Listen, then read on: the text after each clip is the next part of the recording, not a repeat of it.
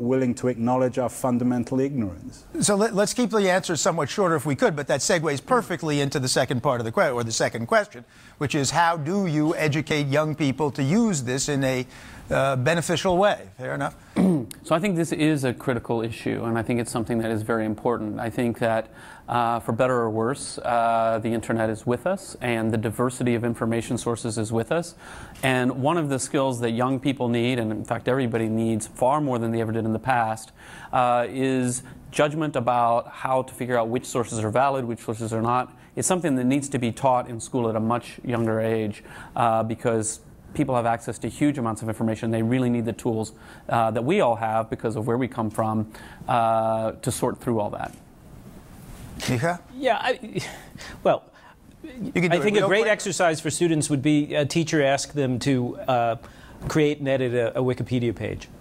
I mean, the beautiful thing about publishing online now, and my wife is actually a technology educator, is that barrier to getting published is lower. So if what you're trying to stimulate for children is that your words matter, that they're going to be published, that in fact you can, the incentive to write research and publish is there because they can put something up online and at least the people who matter to them will be able to read it. But digital literacy is like any other kind of literacy. It has to be taught. I think the bigger problem is that the teachers probably don't know as much as the kids these days.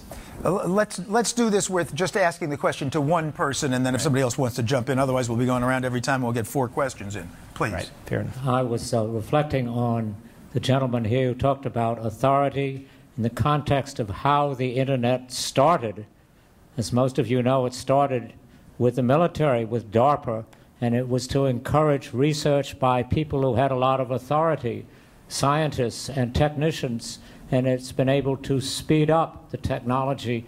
And I wanted his response and the authority, tracing back to the origins of the Internet. Now most academic journals are online. And you are, by the way? I'm Richard Tolliver, a retired college counselor from Alexandria, Virginia. Well, Richard brings up an interesting point. If you want to understand the origins of the Internet, I would strongly suggest reading a book called From Counterculture to Cyberspace by a Stanford University media scholar called Fred Turner.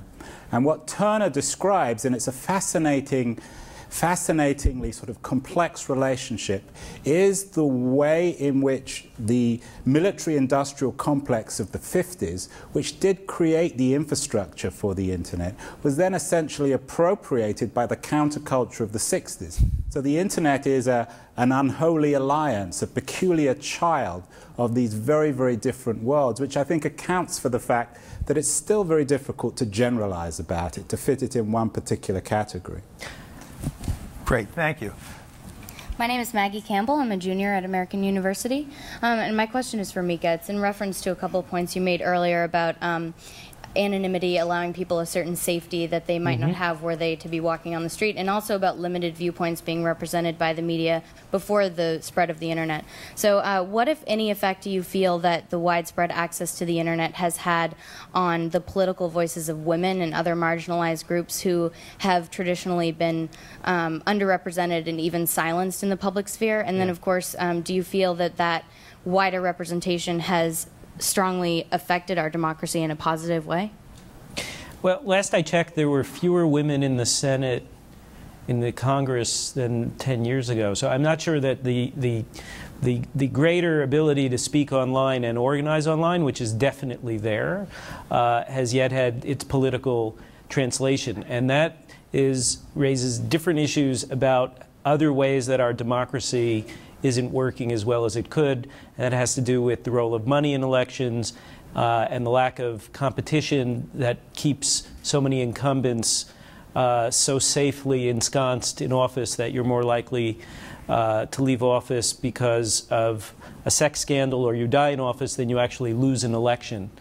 And so for women, the challenge is to get representation, you have to get over those other barriers. I do think what I've seen in a variety of spheres, certainly in the technology world, which I think is about 10 years ahead of the political world in terms of this digital culture that Andrew's talking about, is that More women are linking up and organizing and demanding parity. They haven't gotten it, though.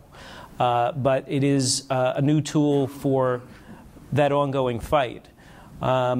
You know, it isn't a guarantee that change is going to happen. The internet makes it easier for people of like mind to link up around a common cause, but that doesn't mean they're going to have effective leadership or pick the right strategy automatically. And those are still decisions that have nothing to do with technology, and they have much more to do with leadership. But I think there is an important point to add about I'm from Silicon Valley, and there's a certain hypocrisy there. The idea that the internet is opening everything up for everybody. I mean, look at this panel. I don't notice many women on it. And when you go out to Silicon Valley and startups and internet culture, it's dominated by white men. I mean, nothing's changed. So in spite of all the rhetoric, in fact, if anything, I think it's more elitist than the previous media. Hi, my name is Charles Borcini. I'm an IT technician. I work as a contractor for the Securities and Exchange Commission. And I have a question for Mr. Wales.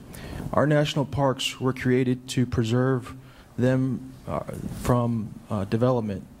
Should a community have the right to ban the internet to preserve it from the ills of the internet in our society? I'm sorry, could a community have the right to do what? To prohibit the internet. No. I don't see any real parallel there. I suppose if anyone wants to log off the internet, they're free to do that. But to prevent other people in your community from accessing the internet is a human rights violation. And why would you think it would be okay? Or a good idea? I just think there should be some places that, you know, should be free from, you know, the modern technological, you know, rubric that, you know, we are all used to. Places where you can go, where you don't have to be, you know, a part of, you know, modern society, to be free from the... Well, this room is like that, right? There are plenty of places like that. They're just voluntary associations. I mean, if you know, you're not forced to use the internet. You're not forced to be exposed. I mean, I think there are questions about what is public and whether it's okay for you, for Google to put a picture of your house on Google Maps. Okay, that's a blurry question now because it's technologically so easy to do, but it may not conform with our sense of privacy. But Google also has to answer to public opinion and to the marketplace. And if they went around taking pictures of through your window and what you were doing in your house, they would be faced with tons of lawsuits. So this line is still being defined. But if you're saying we should have like a national park somewhere where there's no internet, I think there are lots of national parks like that already. It's okay for the government to promote broadband, but the government cannot prohibit it. That seems like a contradiction. Well, no, I think physically it's prohibited in places where you just can't get the signal. That's all I'm saying. Mm-hmm. But as my point about the internet being the dial tone of our time is that the same way that we need modern roads to you know, access the public sphere, we need a modern communication system that everyone can access. Thanks very much. Thanks. I'm Nate Bronstein from American University. I'm a junior. And through the debate, it was stated that there's a separation between the technology and the social aspect of this. My question is two-part. The first part being, while there may be a separation, is not the internet already or becoming the primary facilitator for the culture? And the second part is, as this happens, technology changes.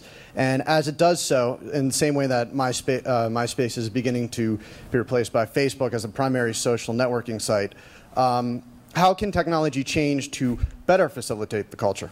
Farhad? So the first part of your question, it seems to me that it is true that the internet is sort of the dominant part of our culture. It is becoming that. I mean, I notice most news stories start on the internet. Most cultural stories start on the internet. When musicians want to release music videos, they put it on the internet. It seems like that, you know, there's no question about that. What was the second part of your question?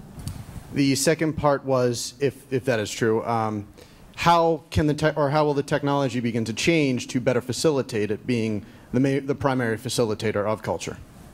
Yeah, so, I mean, well, first of all, it's hard to predict how the technology will change because technology changes very fast. Like, YouTube just had its 5th anniversary, and it's crazy that it wasn't that it's already part of, you know, entrenched in our culture in every part of politics. So it's hard to predict. I think, though, I mean, I think it's a positive trend. Like the fact that we have, and that most people